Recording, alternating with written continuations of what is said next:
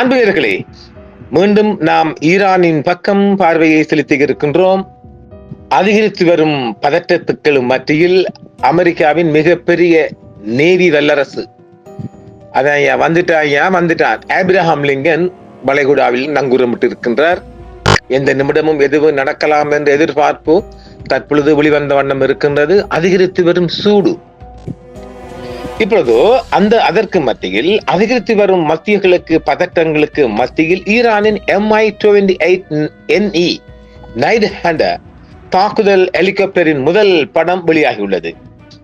இது ரஷ்யாவின் விநியோகத்தை உறுதிப்படுத்துகிறது. ஈரானிய அடையாளங்களில் ரஷ்யாவின் MI-28NE நைட் ஹேண்டர் தாக்குதல் ஹெலிகாப்டரின் காட்சி உறுதிப்படுத்தல் தடைகள், பிராந்திய மோதல்கள் மற்றும் ஆழமடைந்து வரும் ஈரான் ரஷ்யா பாதுகாப்பு ஒத்துழைப்புக்கு மத்தியில் தெஹ்ரானின் இராணுவ நவீன மயமாக்கலை துரிதப்படுத்துவதை அழகாக தெளிவாக காட்டுகிறது. ஈரானின் புதிதாக வாங்கப்பட்ட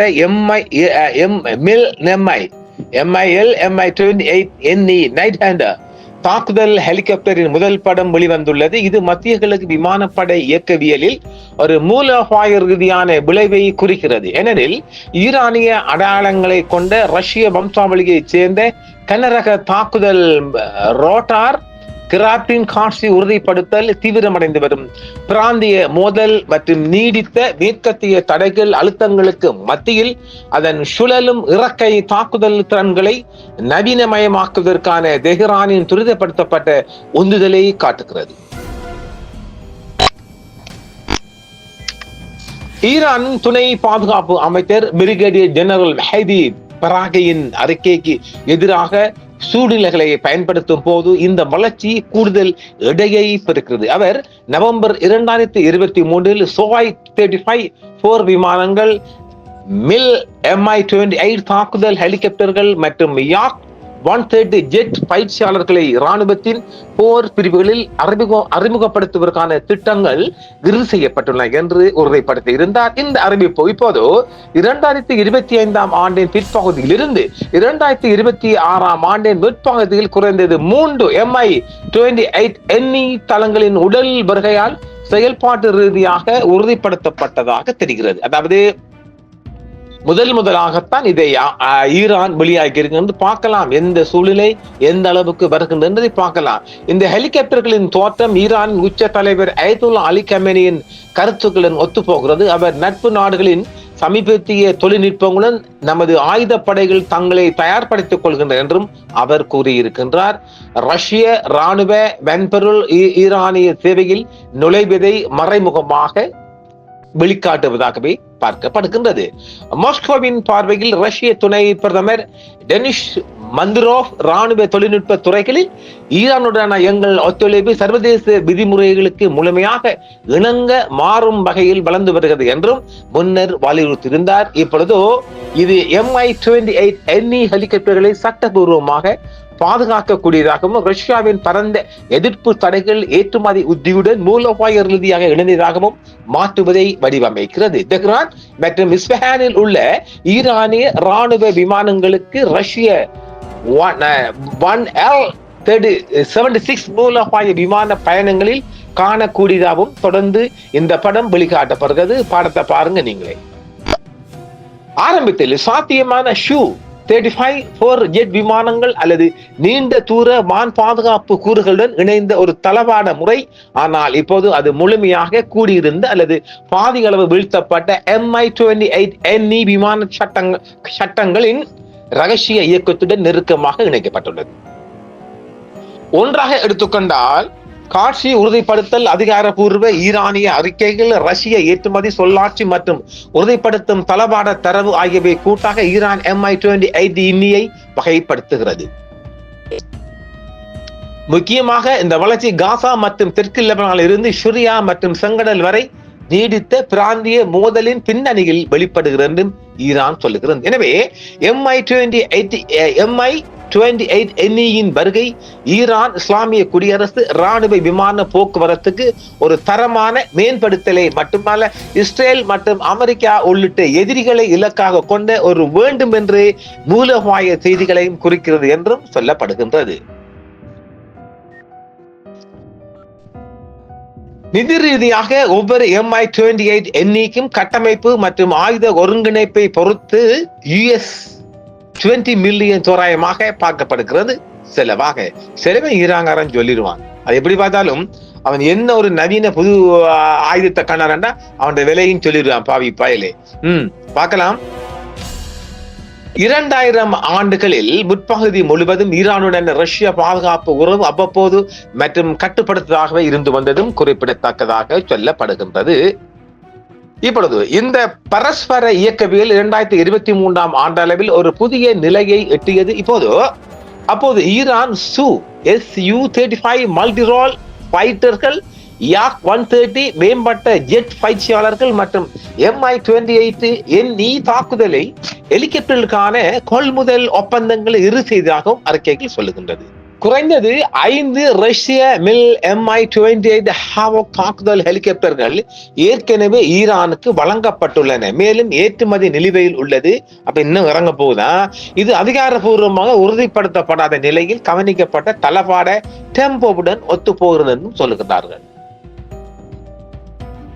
சமீபத்திய நாட்களில் ரஷ்யா ஈரானுக்கு MI-28 தாக்குதல் ஹெலிகாப்டர்களை வழங்கியுள்ளது என்று கூறும் பாதுகாப்பு சார்ந்த சமூக ஊடக கணக்குகளின் பதிவுகள் ரஷ்ய சரக்கு விமானங்களின் முந்தைய அதிகரிப்பு இந்த பரிமாற்றத்துடன் நேரடியாக தொடர்புடையது என்றும் சொல்லுகின்றார்கள். எது எப்படியானாலும் யுத்தம் ஒன்று வந்தால் மட்டும்தான் இதன் உண்மைத்தன்மை அறியலாம் என்றும் சொல்லப்படுகிறது.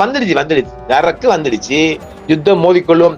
இரட்டை கிளிமோவ் VK-2500 என்ஜின்கள் ஒவ்வொன்றும் தோராயமாக 2400 குதிரை திறனை உற்பத்தி செய்கின்றன.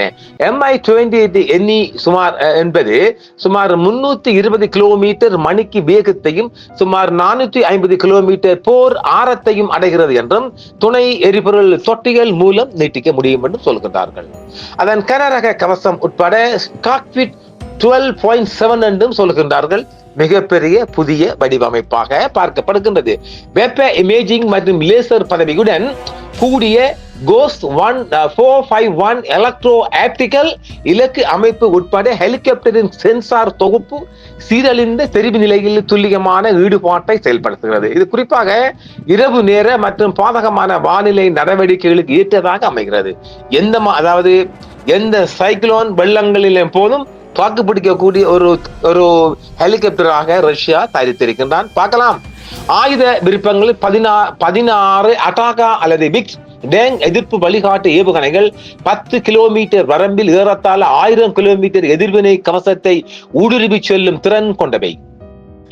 வழிகாட்டப்படாத ராக்கெட் காய்கள் மற்றும் கன்னம் பொருத்தப்பட்ட 30 கிலோமீட்டர் 30 மில்லிமீட்டர் 2A-42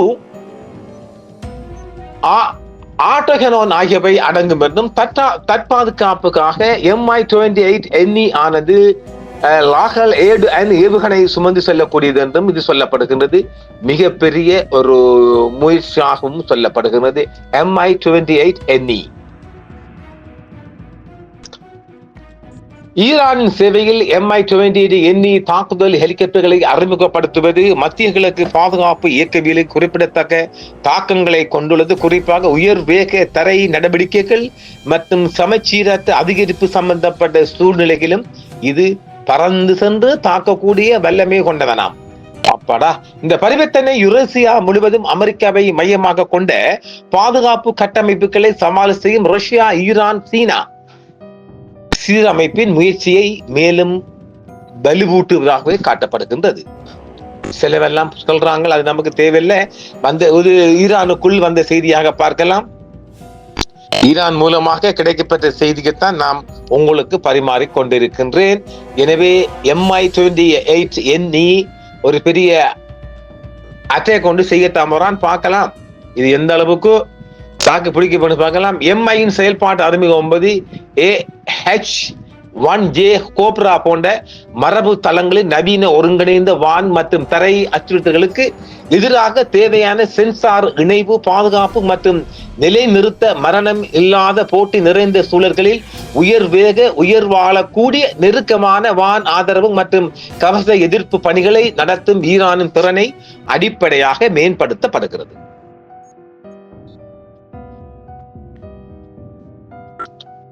ஆக இது ஒரு புதிய வான் தாக்குதல் களமாக பார்க்கின்றோம். ஈரானின் படிப்படியான ஏராளமான செய்திகள் வந்த வண்ணம் இருக்கின்றது.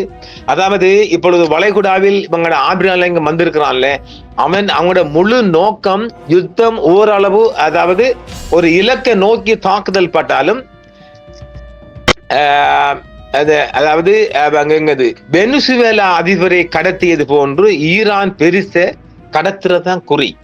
அதற்காக அவட பல வகையான அணிகள் ரெடியாக இருக்கின்றது. இந்த நேவி டீம்ல இருந்து தான் இயங்க போறாங்களாம். பார்க்கலாம் எவ்வளவு தூரம் இது தாக்கு பிடிக்கும், தாக்குதல் தொடருமா. தாக்குதல் வந்தா ஈரான் கைப்பற்றி இருக்க மாட்டான். அதை மட்டும் மீண்டும் மீண்டும் சொல்றோம். இவங்க கை முதல்ல வைக்கணும், இவங்க தான் வைப்பாங்க. அநேகமா அமெரிக்கா வச்சாங்கன்னா பொழியும், குண்டு மழை பொழியும். பார்ப்போம். அமெரிக்காவுக்கு ஒரு கடிவாளம் போட ஒருத்தன் வேணும் இல்லை. அதான் ஈரான் பெரியவர் துணிஞ்சிட்டார். பார்க்கலாம், பார்ப்போம். நன்றியர்களே, மீண்டும் மற்றும் ஒரு காணொலியில் சந்திப்போம். என்றும் உங்களுடன் சன்ரைஸ் இந்தியா டிவி சப்ஸ்கிரைப் பண்ணுங்கள், பெல் பட்டனையும் கிளிக் செய்யுங்கள். உங்கள் ஆதரவே எங்கள் சேவை. ஆதரவு தாருங்கள், அரவணைப்போம். மறக்காம சர்ப்ரைஸ் பண்ணுங்க. தேங்க்யூ.